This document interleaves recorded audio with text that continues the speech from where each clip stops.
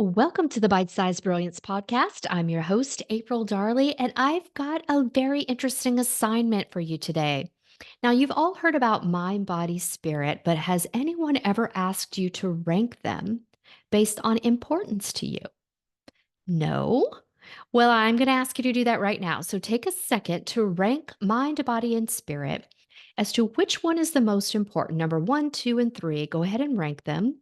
And I don't want you to rank them on what you think you should have as your number one or what your future best version of yourself would have as number one. Right now, as you are today, what is your one, two, and three between mind, body, and spirit? Think about it for a second. Okay, so whatever you have put as your number one is going to be your highest priority. And whatever you have listed as your number three, you are most likely neglecting or in need of healing in some way. So I'm going to break down a couple of examples on what it would like to be like, actually, to have mind, body, or spirit as your number three. So let's do some different scenarios. Actually, I'm going to back it up. I will do what it's like to have a couple as your one, two, three. So, what I tend to see a lot, number one is spirit, then mind, then body. So, the spirit gets a lot of the attention, which you might be a religious or spiritual person. You might have some sort of common or daily, weekly, monthly religious or spiritual practice. You might even be thinking, what would the highest version of my ideal spiritual self be? You might even be thinking about the afterlife and engineering your life to work that way. If mind is number one, then you're a type of person who generally really appreciates intelligence, knowledge, and learning. So that might be your priority there. And you might be constantly learning. And yes, you do some spiritual things as well. And then if body is your number one, you might be really focused on nutrition and working out and just really treating your precious body so well. So let's talk about, now that we know what it looks like on the top, let's talk about what it looks like on the bottom. So when I see spirit on the bottom, I usually see someone who has potentially been harmed by religion, shamed by religion, is very unsure of their spirituality. They might even be afraid of the afterlife or have really just never given it any thought whatsoever. So, one thing I usually will encourage a lot of my clients to do when I come across someone that came to me for grief or because they're really struggling about their life, it's not going how they imagined at all, and they are just really having a hard time with that, I'll ask them, what's their why? What's their greatest concept in a really spiritual way? And you'll especially see this after someone's passed away and someone comes to me for grief, they're worried about what's going to happen after death because they haven't given it any thought. Or if they come from a very strict religion or a religion that has very black and white policies. And I'm going to use an example here. In some religions, taking your own life is not thought of very well. And if you have a loved one that did that, some of my clients will really worry about the fate of their loved one because they're not sure. So when I see things like that, I have a lot of compassion, and I will actually encourage my clients to think about an afterlife concept if you don't have one. And none of us really know what it looks like on the other side. Some people have had near death experiences, and even those accounts of near death experiences, they don't often tell the same story. Different religions will have different stories about the afterlife, and it can get really confusing. But if you stay in this place of what would I want as an afterlife? And think about what you would like to spend eternity in. I mean, is it everybody gets a puppy, or is it rainbows and everybody gets a unicorn to ride, and you can eat whatever foods you want and never gain a pound at all? You could travel to any place in the world that you never got to travel to in life. So I do encourage you to think about it, because when someone in your life passes away, it doesn't matter how, You're going to be wondering, what are they experiencing? And when you keep yourself in this place of, I don't know, it causes our brain to get into this fear space. And then we grieve harder and we grieve more painfully. But if you have already told your brain, you have already set up your nervous system, your subconscious pathways to accept the idea of everybody gets a puppy and we all get to ride unicorns and we get to travel wherever we want, then you have made the afterlife a safe and welcoming place. So when your loved one passes over, you feel like it's going to be in a safe and welcoming place. I don't recommend that you create an afterlife that scares you.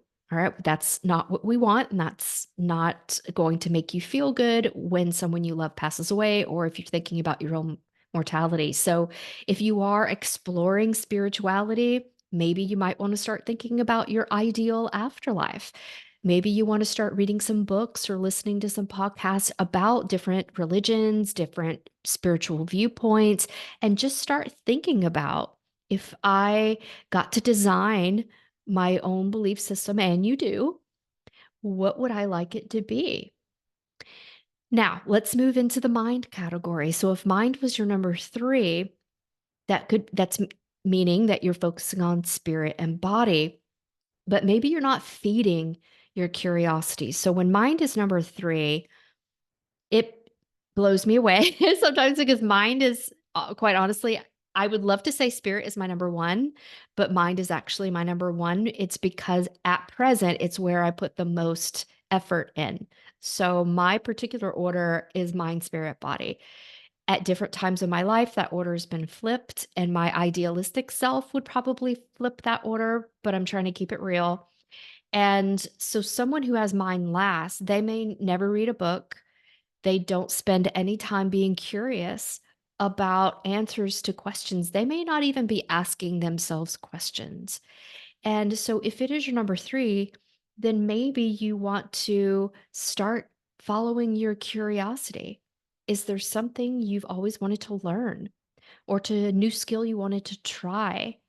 Learning a language. That's fantastic for keeping your brain nice and pliable because as we age, we it's like any muscle. Our brain is like any muscle. If you're not working it out, we lose some memory capacity. We lose the ability to have a strong brain, and you don't want that. So you want to keep your brain sharp. And the way you do that is by constantly challenging it through things like Sudoku, where you have to think, as chess, where there's strategy, learning a new language. So it's creating these new brain pathways, and the brain loves it because the brain hates to be bored. So if you are not exercising your brain at all, I have seen that lead to depression and unhappiness and to a feeling of being stuck or apathy. What's the point of it all? So, those are some tips to get you started if brain was your number three, or mind rather. Now, if body is your number three, and I do see this a lot, and it does currently hold the number three ranking for myself. And what is at the top gets the most attention, and then whatever's left rolls downhill. So, if your body is number three, it tends to show up that you're not always eating your best. Maybe you're not exercising, and you know you should, massive air quotes here, but your body is seen as less important than your spirit or brain. And it tends to be treated like this naughty little meat puppet that is not doing anything that you want. It's not thin enough. It's not pretty enough. It's not um, lean enough, like whatever. There's just something. It's not healthy enough. So the body tends to get a lot of blame because the mind and the spirit think it should be something other than it's not. And meanwhile, your poor body is your life partner, and your body does so much for you behind the scenes quietly. So, for example, if you get a cut on your finger, your body is so wise. It automatically knows what to do to heal you. And so you don't have to look at the cut and say, heal, heal, heal. You don't have to give it directions. It is constantly working for you. It has got your back, but you may not have its back. You may be bullying your body and you might be in an abusive relationship with it. Mentally, physically, emotionally, you might be blaming it for something when it's trying to help you. So flipping that perspective and try to make your body your a partner, really, a desired partner, not a naughty little child or a meat puppet. Think about what your body would want. Your body can only build cells from the nutrition you give it. So if you are feeding it McDonald's 3 times a day, it's not going to make high quality cells for you. It's not going to make high quality proteins for you, and your body will suffer. You're going to see it in some way, and that could be inflammation, poor health, wrinkles on the skin. Your body can only be your partner to the extent that you will allow it. So, if body is number three, watch your self talk. Try to engage in more positive self talk. Tell your body it's beautiful, that you're so grateful that it's working for you, that you're so grateful that you have all of your senses, that you're able to do so many things because it is working for you. Just like all the other parts and pieces, the mind, the spirit, the body, they are all interwoven. But ask yourself, are you neglecting or bullying some aspect of you that's equally as important as the others? All right, my friend, if you love these shifts in perspectives, that is my specialty, and I love to give them to you. You can sign up for my email list over at aprildarley.com. I send out an email once a week that delves into these little brain teasers and twisters and helps you see your world in a completely different perspective. And I'm also available for one-to-one mindset resets. So let me know how you enjoyed this episode. Like, share, subscribe, share it with your friends. I am appreciative of you all. So until next week, my friends, goodbye.